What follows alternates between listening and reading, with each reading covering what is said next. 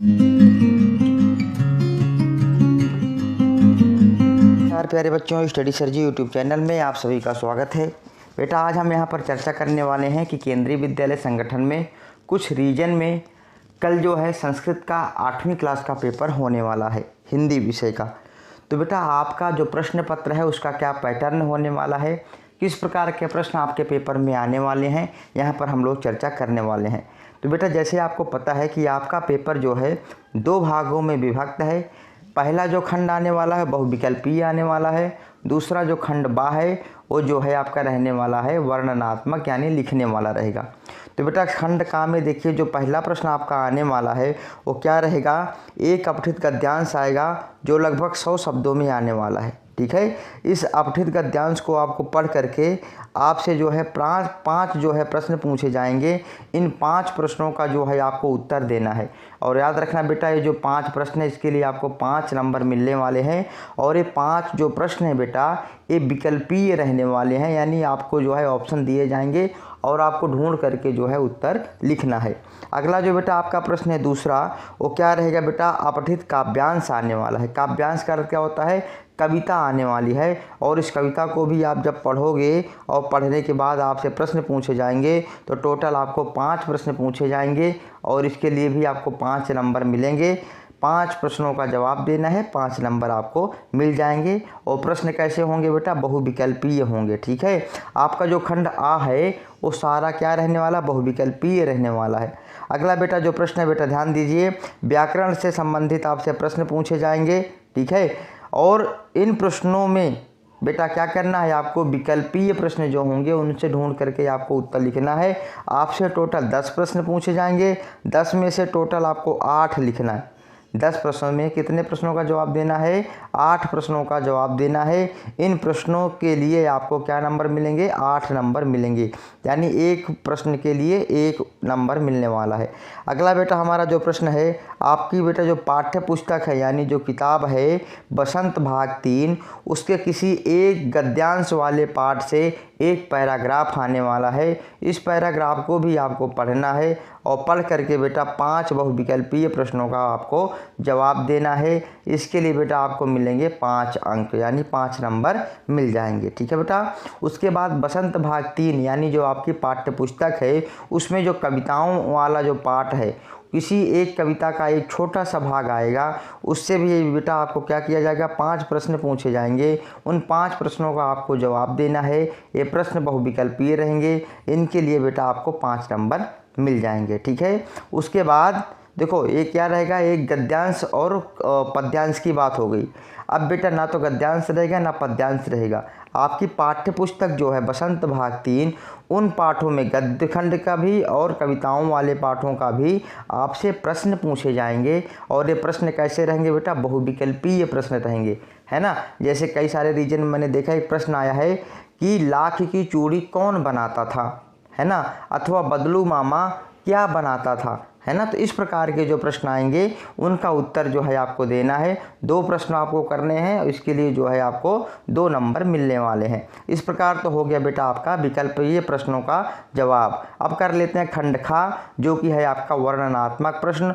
आपके बेटा प्रश्न संख्या 7 में जो आपकी पाठ्य पुस्तक बसंत है उसके जो गद्य और पद्य जो पाठ है उन पाठों में से बेटा क्या करेंगे बेटा, 5 प्रश्न आपसे पूछे जाएंगे।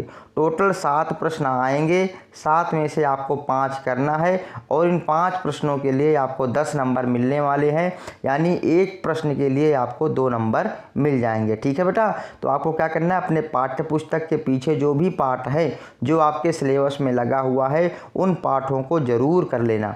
उसके बाद अगला जो प्रश्न रहेगा बेटा वो भारत की खोज से रहने वाला है। इससे भी जो है आपसे क्या बेटा 5 प्रश्न आएंगे, 5 में आपको टोटल 3 प्रश्न करने होंगे और तीनों जो प्रश्न है बेटा 2 नंबर का रहने वाला है। इसके लिए आपको बेटा 6 नंबर मिल जाएंगे। तो भारत की खोज जो कि आपके सिलेबस में है, तो उनमें से जो सिलेबस वाले चैप्टर्स हैं, पाठ हैं, उनको एक बार आप ज़रूर पढ़ के जाना। ठीक है बेटा, आगे देखिए बेटा अगला जो प्रश्न रहने वाला है आपके लिए वो क्या रहेगा बेटा, एक अनुच्छेद आएगा। अनुच्छेद किसे कहते हैं बेटा, निबंध को कहते हैं। ठीक है, और निबंध किस प्रकार का आ सकता है बेटा, समसामयिक एवं व्यावहारिक जीवन से जुड़ा होना चाहिए। ठीक है, समसामयिक का मतलब क्या होता है, जो वर्तमान में चल रहा है, ठीक है। जैसे मान लीजिए इस समय होली का त्यौहार आने वाला है, तो होली के त्यौहार के बारे में पूछ सकते हैं। पीछे अभी गणतंत्र दिवस आपका गया 26 जनवरी, उसके बारे में पूछ सकते हैं, है ना। व्यावहारिक जीवन का मतलब क्या होता है, आपका जो है प्रिय शिक्षक पूछ लिया, है ना। आपका प्रिय खेल पूछ सकते हैं, आपका विद्यालय के बारे में लिखने के लिए आपको आ सकता है, ठीक है। तो इस प्रकार के जो है प्रश्न पूछे जाएंगे। इसके लिए बेटा आपको 5 नंबर मिलने वाले हैं। कितने नंबर? 5 नंबर। और इसके लिए आपको बेटा क्या करना है, 100 शब्दों में लगभग लिखना है। कितने शब्दों में? 100 शब्दों में लिखना है। अगला बेटा जो आपका प्रश्न है उसमें बेटा पत्र आने वाला है। और पत्र कैसे रहेगा बेटा, एक तो औपचारिक रहेगा और अनौपचारिक, यानी दोनों प्रश्न रहेंगे अथवा में, ठीक है। तो बेटा किसी एक को आप जरूर कर लेना। अगर बेटा मैं तो कहता हूँ आप जो है औपचारिक ही करो, क्योंकि बेटा इसमें प्राचार्य यानी प्रिंसिपल के लिए पत्र लिखने को आता है और कोई एक विषय दे दिया जाएगा। 8वीं क्लास के बच्चे हो, आपको बताने की ज़रूरत नहीं है कि पत्र कैसे लिखा जाता है, बहुत ही आसानी से लिखोगे। लिख के ज़रूर आना, क्योंकि लिख के ही नहीं आओगे तो शिक्षक आपको नंबर कैसे देंगे, है ना। तो अपने प्रश्न पत्र के एक भी प्रश्न को आपको छोड़ना नहीं है, लिख के ज़रूर आना है, क्योंकि अगर आप लिख के आओगे बेटा तो आपको नंबर भी ज़रूर मिलेंगे। अगला बेटा जो प्रश्न है जिसमें बेटा क्या किया जाएगा, संवाद आएगा। और ये संवाद आपको 4 नंबर के लिए आएगा। 4 नंबर आपको संवाद से मिलने वाले हैं। देखिए संवाद कहते किसे हैं, जब 2 व्यक्ति आपस में बात करते हैं उसे हम संवाद कहते हैं, ठीक है। तो कोई एक विषय दे दिया जाएगा, कोई एक आपको टॉपिक दे दिया जाएगा और उसमें क्या करना है, इमेजिन करना है, सोच करके 2 लोग व्यक्तियों की जो है बात जो है आपको लिखनी है। इसके लिए आपको 4 नंबर मिल जाएंगे। और केबी के बच्चे तो बेटा संवाद करने में माहिर होते हैं, कहीं भी 2 बच्चे बैठ जाए तो आपस में उनका संवाद चालू हो जाता है। अगला बेटा देख लीजिए, आपका जो प्रथम सत्र है यानी फर्स्ट टर्म है, उससे जो है 30% जो है आपका पाठ्यक्रम आने वाला है। उनमें से कौन कौन से पाठ आएंगे बेटा, तो एक तो लाख की चूड़ियाँ आएगी, बस की यात्रा आएगी और आपका जो है एक आ जाएगा भगवान के डाकिए। इन 3 पाठों को आप अच्छे से देख लेना, क्योंकि 3 पाठों में से आपका 30% जो है पेपर आने वाला है। 30% का मतलब कितना होता है बेटा, 18 नंबर का प्रश्न तो आपके इन 3 पाठों से आ जाएंगे।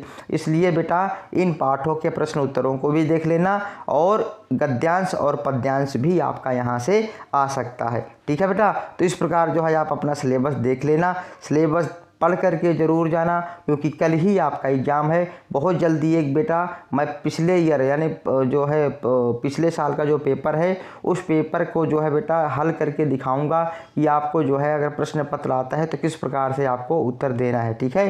तो आप लोग सारे बच्चे तैयारी करिए, कल आप लोगों का एग्ज़ाम है। एग्ज़ाम के लिए ढेर सारी शुभकामनाएँ। वीडियो में फिर से मिलते हैं। वीडियो देखने के लिए आप सबका बहुत बहुत धन्यवाद।